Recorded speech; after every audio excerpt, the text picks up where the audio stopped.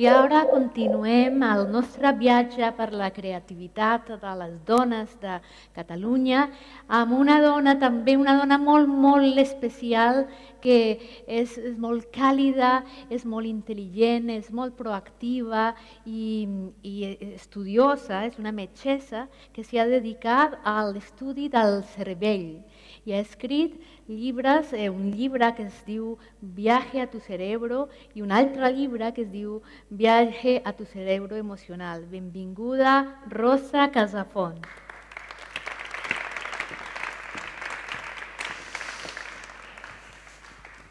Bona tarda a tots els que esteu aquí, que estem en directe, i també a tota la gent que ens sent i comparteix amb nosaltres des de casa. És per mi un privilegi, Patricia, l'estar aquí compartint la meva feina. Ara bé, d'entrada jo us diria que més que de feina us parlaré d'una passió, perquè us parlaré, com ara la Pepa ens parlava de les seves emocions, el cervell és emocional, és un òrgan de coneixement emocional. Doncs jo també penso que la meva feina tinc la gran sort que és una passió que es pot convertir en un estil de vida per tots, per tots. Jo vaig començar medicina de forma vocacional, ja des de petita volia ser metge. Als 12 anys, 10-12 anys ja ho vaig decidir. I vaig exercir durant uns anys i cada vegada m'adonava que realment hi havia un interès creixent per l'enigma que suposa la nostra essència i per el potencial que té la nostra ment. I em vaig decidir tornar a la universitat i fer neurociències. A partir d'aquí, amb aquesta ampliació de coneixement, va ser quan vaig poder completar el meu mètode de treball, que és el mètode Tàbit. Per què mètode Tàbit? Tàbit era un metge àrab, matemàtic també, aficionat a l'astronomia i que, entre altres proeses, va descobrir l'estrella Tàbit a la constel·lació d'Orió. I Tàbit té un simbolisme, la que resisteix. Per tot això, a mi em va semblar fantàstic poder acollir el nom de Tàbit per al meu projecte d'aquell moment. Ara bé, Tàbit, què és? Tàbit és un sistema il·lusionant que engresca, que desperta les nostres emocions més primàries, la curiositat, l'interès, primer per conèixer-nos una mica més i després per poder aprendre eines i procediments que ens ajudaran a gestionar d'una forma més favorable la nostra vida. I això ho podem fer tots. Llavors, fixeu-vos que no hem de fer cap dogma de fe, cap ni un. I no hem de fer dogmes de fe perquè a partir d'un autoconeixement estructural, neurobiològic, de capacitat, de les nostres funcions, ens permet situar-nos en un moment que ens adonem què fem a cos i a ment amb la forma que tenim de pensar.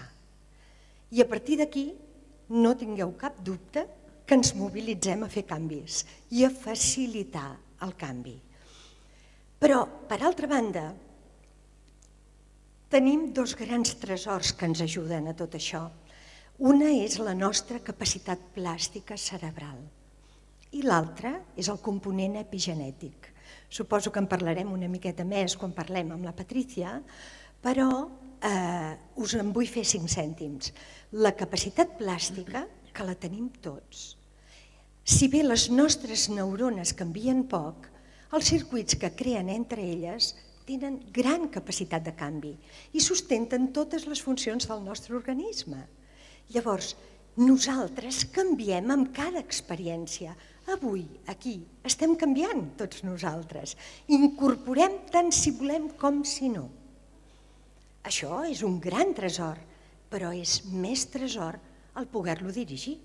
Per què? Perquè hi ha gent que s'amarga la vida, sí o no? I hi ha gent que es defineix com a feliç.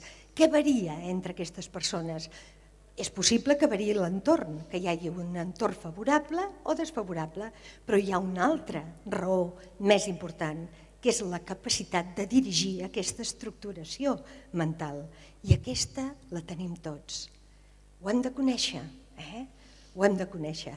I l'epigenètica és un aspecte molt important també, més novedós, més actual, perquè la qualitat de pensament, la qualitat o no de la nostra vida, dels nostres hàbits, fan que nosaltres no modifiquem gens, però sí la seva funció.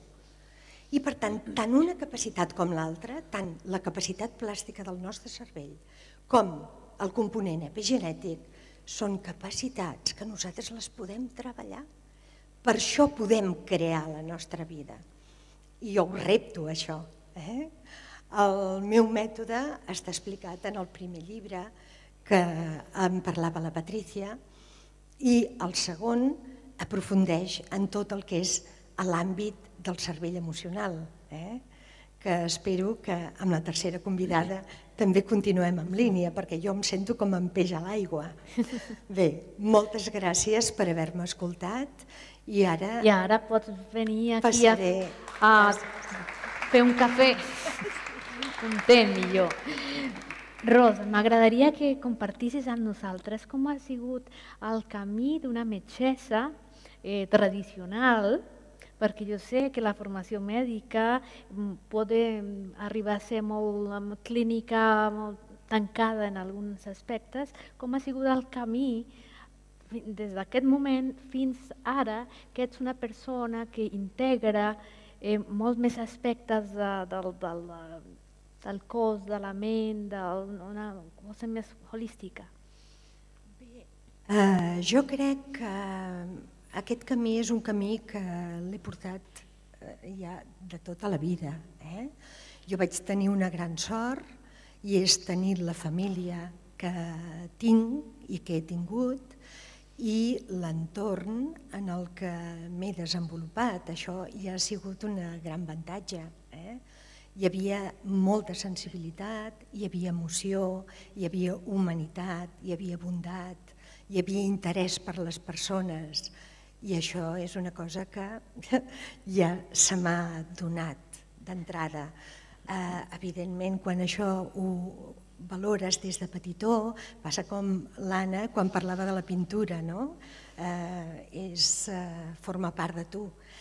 I sí que és cert que la formació del metge, com tenim enfocada la medicina aquí en el nostre país, doncs és més cartesiana,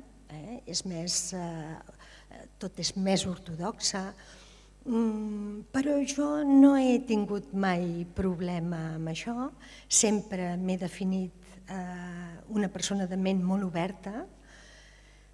Jo penso que, evidentment, el mètode científic és importantíssim, però per mi també té molta importància l'evidència. I moltes vegades ens perdem perquè perdem el nord i perdem l'objectiu. L'objectiu de qualsevol metge o de qualsevol sanitari o de qualsevol persona dedicada a la salut ha de ser, crec jo, és una opinió personal, que la persona que té a davant pugui millorar, pugui curar-se. Jo no sóc un metge que curi, jo sóc un instrument i quan això ho tens clar no tens por de perdre la cadira. Però mira que ara has dit dues coses que m'han fet reflectir. Una cosa que en la meva experiència quan practicava la medicina era moltes vegades em sentia cohibida per expressar la emoció perquè s'espera que el metge pugui guardar una mica la seva emoció. Això per un costat. Per l'altra banda, és aquest aspecte de la medicina com la responsabilitat del metge, la medicina com la veiem ara al món occidental, és que el metge és el que cura el pacient, però tu ens estàs proposant és que realment la curació està en les mans del pacient, tu les estàs donant la possibilitat a ells, la responsabilitat. Sí. Jo crec que és la persona la que es cura, evidentment el metge hi ajuda, el personal sanitari hi ajuda, i si quan nosaltres coneixem més el nostre cervell, ho tenim claríssim això, perquè el cervell, com deia abans, és un òrgan de coneixement emocional. Per què el metge pot semblar que curi? Perquè el metge pot donar seguretat en el pacient i, evidentment, si tècnicament és una persona bona, i farà molt, d'acord? Però emocionalment ha de ser impecable. Un metge tècnicament bo i emocionalment nefast, jo no el voldria mai, Jo no el voldria. Seria també un canvi de paradigma, no solament del metge, de com es relaciona amb el pacient, però com la medicina, el metge no com el que cura, és que tu el dones la responsabilitat al pacient i és una eina de poder també per tots nosaltres com pacients. Bé, més que la responsabilitat, jo crec que és la potestat, no? Perquè passar la responsabilitat amb algú que no es troba bé crec que seria molt dur per aquesta persona, no? Però fer-li veure el seu poder, el seu potencial per poder influir en la seva malaltia, això em sembla meravellós. A més, el nostre cervell el que fa és generar substàncies com les endorfines, per exemple, que potencien el sistema immunitari, que pugen les defenses davant de les dificultats, inhibeixen el dolor. L'efecte placebo no és altra cosa que una creença que em fa fabricar la meva farmaciola pròpia. Per què? Per guarir, per estar millor. Fabrica neurotransmissors de la felicitat. Si m'ho crec, perquè si no m'ho crec no els fabricaré. I mira que bonic, perquè ara arribem al punt de l'epigenètica, perquè també conèixer que el teu cervell està constantment canviant i que la teva genètica no et determina, sinó que tu tens el poder també de canviar, dona també molta poder, s'empodera. A mi m'agrada parlar, Patrícia, d'autoritat més que de poder. El poder el veig més negatiu. Realment aquesta potència que tenim l'hauríem de conèixer tots, perquè si no, no la podem dirigir, l'exercim, però clar, podem apuntar malament, igual que podem generar pensaments negatius i reforçar-los, doncs també podem fer canvis epigenètics negatius perquè no sabem que els estem fent. Ai, que interessant. Però i ara arribem al moment de les preguntes. A mi m'agradaria parlar amb tu com hores i hores i hores, però preguntes de la gent. Hi ha gent aquí al públic de la sala que voldria fer una pregunta a la doctora Casapont? Molt tímids. Sí? El teu micròfon.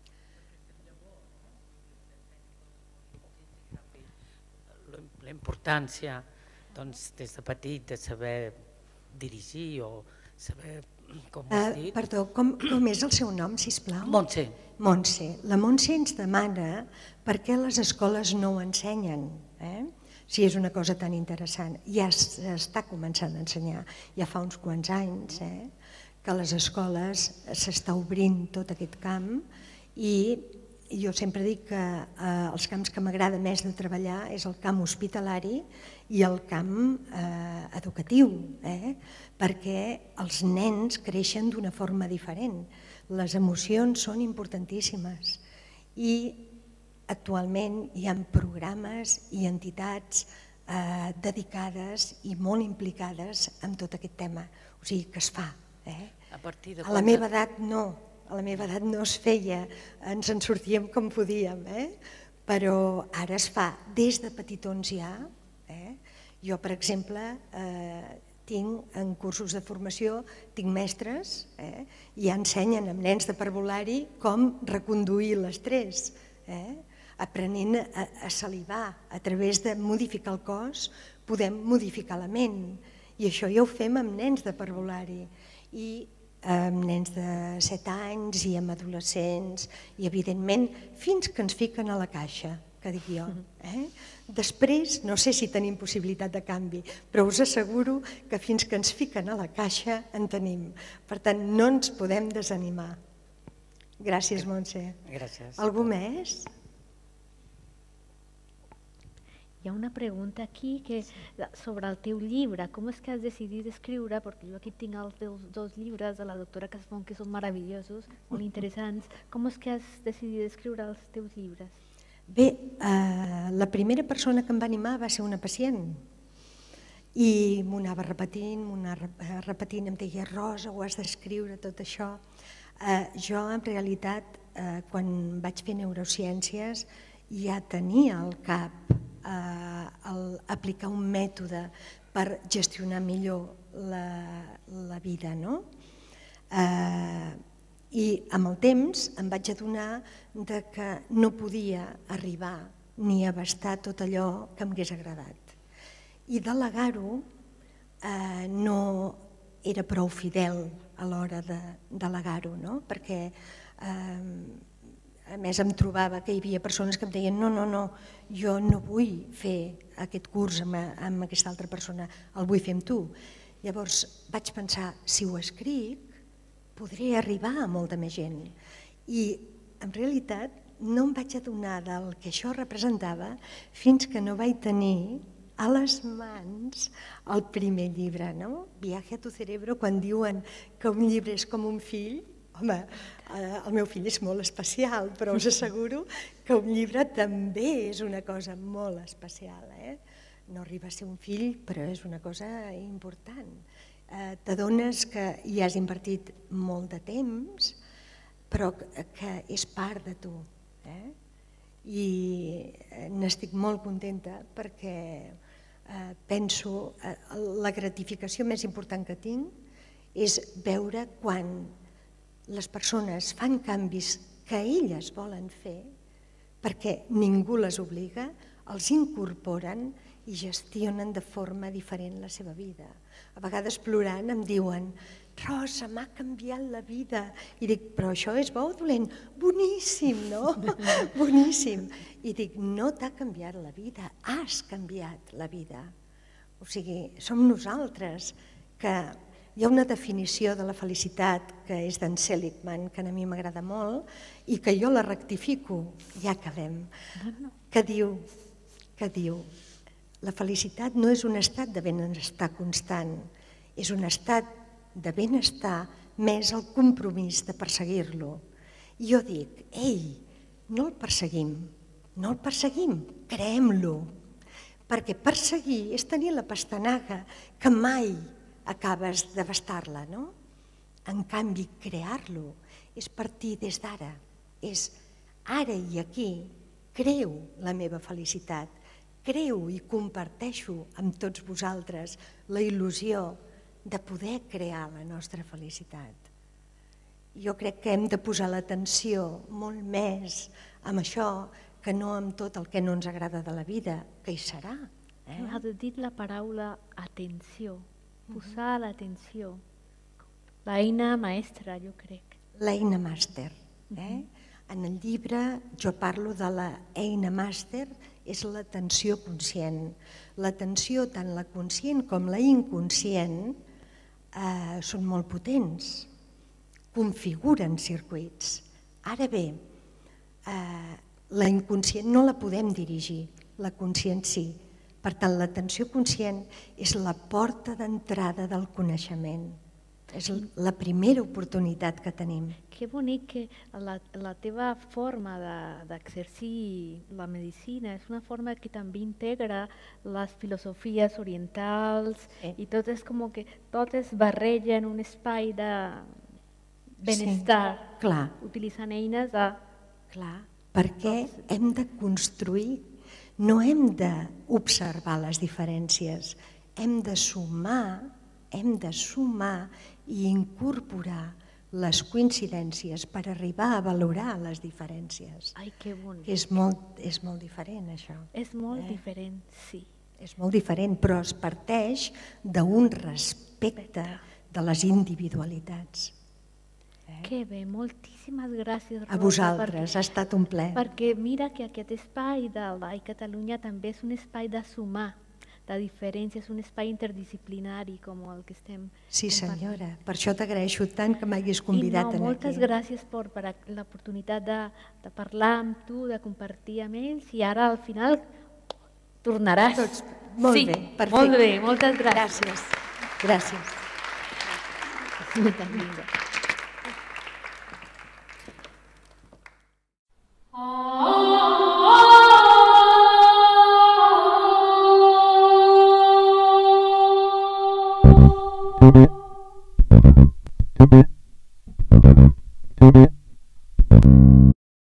Donava que realment hi havia un interès creixent per l'enigma que suposa la nostra essència i per el potencial que té la nostra ment.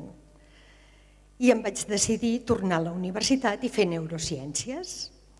A partir d'aquí, amb aquesta ampliació de coneixement, va ser quan vaig poder completar el meu mètode de treball, que és el mètode Tàbit.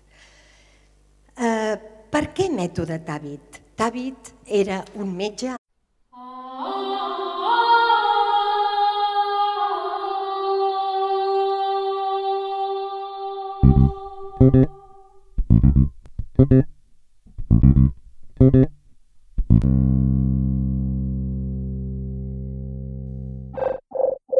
I ara continuem el nostre viatge per la creativitat de les dones de Catalunya amb una dona, també una dona molt, molt especial, que és molt càlida, és molt íntima. I també a tota la gent que ens sent i comparteix amb nosaltres des de casa. És per mi un privilegi, Patricia, l'estar aquí compartint la meva feina. Ara bé, d'entrada jo us diria que més que de feina us parlaré d'una passió, perquè us parlaré, com ara la Pepa ens parlava de les seves emocions, el cervell és emocional. És intel·ligent, és molt proactiva i estudiosa, és una metgessa que s'ha dedicat a l'estudi del cervell i ha escrit llibres, un llibre que es diu Viaje a tu cerebro i un altre llibre que es diu Viaje a tu cerebro emocional. Benvinguda, Rosa Casafont.